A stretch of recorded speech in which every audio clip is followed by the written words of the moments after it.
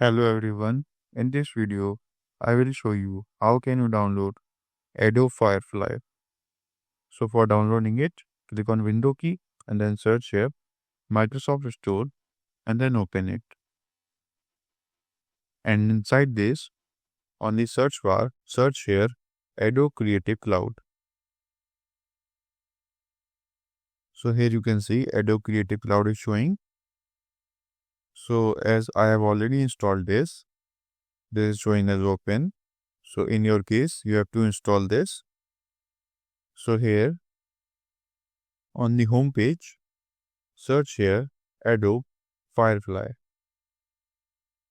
So here you can see Adobe Firefly is showing. Now click on it. So here you can see Adobe Firefly is launching. So here you can see Adobe Firefly is launched. So this is how you can use Adobe Firefly absolutely for free.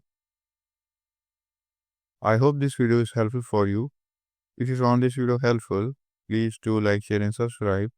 And thanks for watching.